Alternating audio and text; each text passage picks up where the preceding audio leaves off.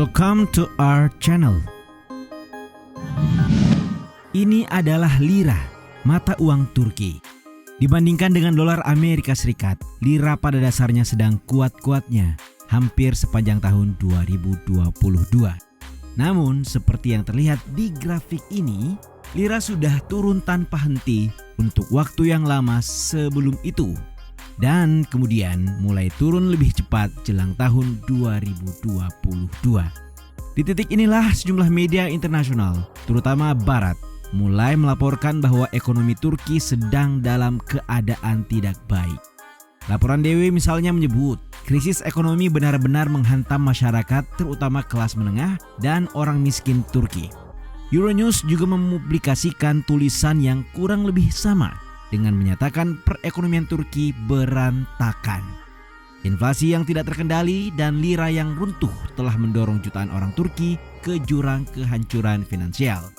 Sementara lira terus-menerus anjlok, alih-alih menaikkan suku bunga, Erdogan justru terus menurunkan suku bunga dari 18% pada pertengahan 2021 menjadi 10,5% pada Oktober 2022. Ajaibnya, lira Turki benar-benar stabil. Akan tetapi, sesaat sebelum mata uang Turki ini stabil, sejumlah fakta yang tidak terduga mulai terjadi.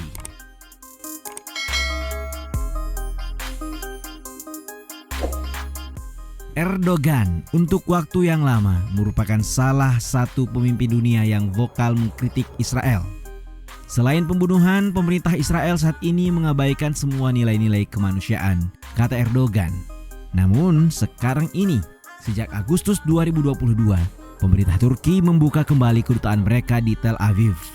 Dan sementara pemerintah Turki sejak tahun 2016 mengutuk Uni Emirat Arab karena diduga mendanai kudeta terhadap dirinya, sekarang Erdogan tampak ingin merajut kembali persaudaraan di antara mereka.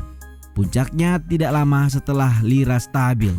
Di Piala Dunia Qatar, Erdogan untuk pertama kalinya berjabat tangan dengan Presiden Mesir Abdul Fattah el-Sisi, yang mana sebelumnya bahkan tidak ia akui sebagai Presiden Mesir selain sebagai pembunuh. Jadi, sebenarnya apa yang terjadi di Turki? Apakah negara ini benar-benar menyelamatkan ekonominya dengan menurunkan suku bunga? Atau apakah Erdogan tidak melihat jalan keluar lain dari krisis selain menjual ekonomi negaranya kepada mantan musuhnya?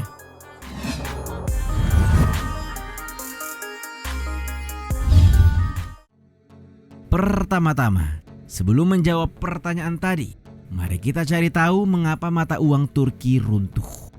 Jadi, diketahui sejak tahun 2013, nilai mata uang terus turun. Hingga menyelam selama 12 bulan terakhir, pada September 2021, 1 dolar AS memiliki nilai 8 lira Turki. Tetapi pada Desember 2022, nilainya hampir mencapai 19 lira. Salah satu konsekuensi utama dari devaluasi ini adalah tentu saja inflasi. Ketika mata uang jatuh nilainya, barang yang dibawa dari luar negeri menjadi lebih mahal. Dengan sebagian besar negara mengimpor barang seperti bahan bakar, material, atau teknologi, mata uang yang lebih lemah bukan semata karena lemah, melainkan berarti harga yang menjadi lebih tinggi.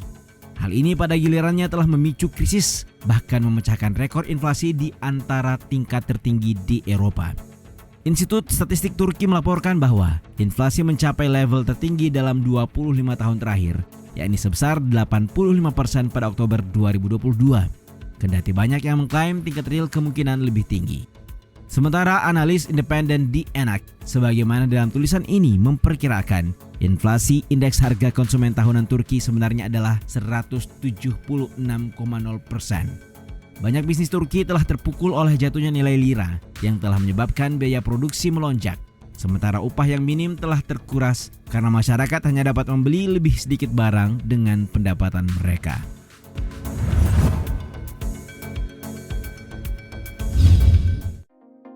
Faktor-faktor lain sebenarnya juga memiliki peran. Menurut dosen ekonomi University of Greenwich, Dr. Sam Oyvat, pertumbuhan PDB yang kuat yang dialami Turki selama beberapa dekade terakhir tidak berkelanjutan.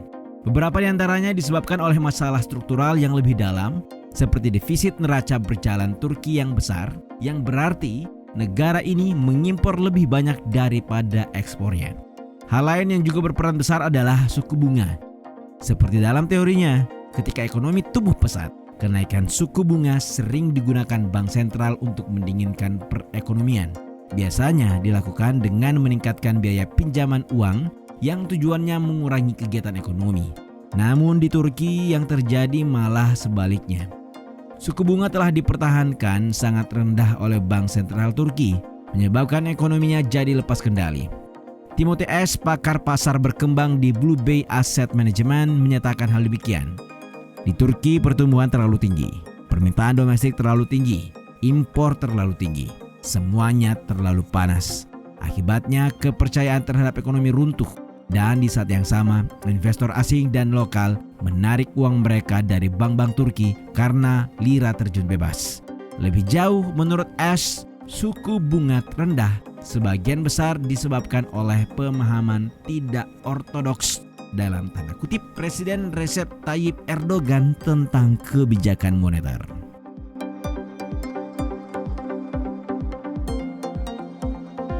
Di masa lalu, Erdogan memenangkan pemilu dengan membanjiri perekonomian dengan uang murah. Tapi pada akhirnya ada pengembalian alias bunga.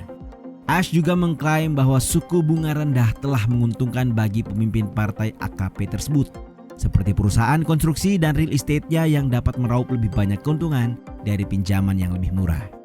Latar belakang agama Erdogan adalah sesuatu yang sering ditunjukkan oleh pemimpin Turki itu sendiri, kata Timothy Ash. Seperti diketahui, Erdogan adalah satu pemimpin Turki pertama di masa pasca Kemal Atatürk yang bersekolah di sekolah kejuruan agama, Imam Khatib, dan mengutip keengganan Islam terhadap riba yang memandang meminjamkan uang dengan bunga sebagai dosa.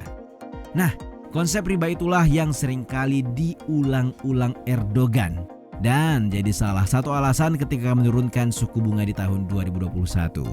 Dalam tulisan yang dipublikasikan Reuters, Presiden yang dahulunya pemain sepak bola ini bahkan menyebut bunga sebagai ibu dari segala kejahatan.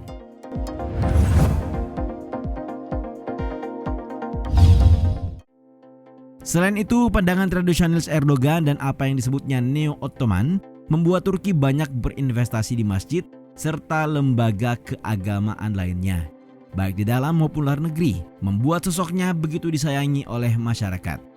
Tidak hanya di dalam negeri, di beberapa negara mayoritas Islam termasuk Indonesia, tidak sedikit masyarakat mengidolakan sosok pemimpin satu ini. Meski demikian, para pengkritiknya telah berulang kali mengklaim bahwa kebijakan Erdogan itu juga bisa berfungsi sebagai bagian dari taktik populisnya untuk memengaruhi pemilih di negara dengan sekularisme yang dilembagakan selama hampir satu abad ini.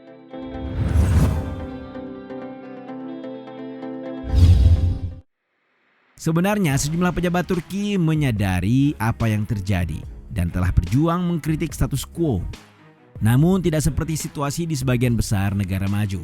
Bank Sentral Turki tidak independen dari pemerintah, yang berarti sulit bagi mereka untuk mengatasi masalah tersebut.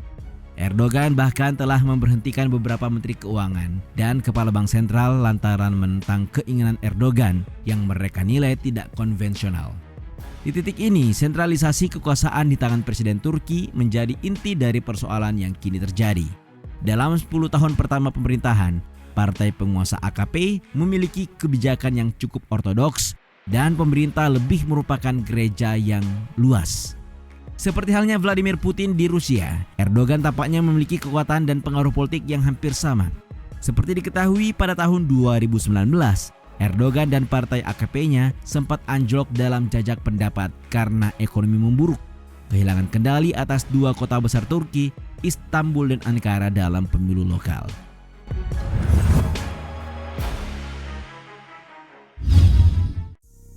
Terlepas dari kondisi yang ada saat ini, momen 2023 tampak akan menjadi penentu. Pasalnya 2023 menjadi tahun di mana Turki akan mengadakan pemilihan nasional. Meskipun ada kemungkinan Erdogan mampu memperbaiki keadaan, terutama dengan menggunakan belanja publik, upah minimum baru-baru ini digandakan di Turki mengingat inflasi yang meroket.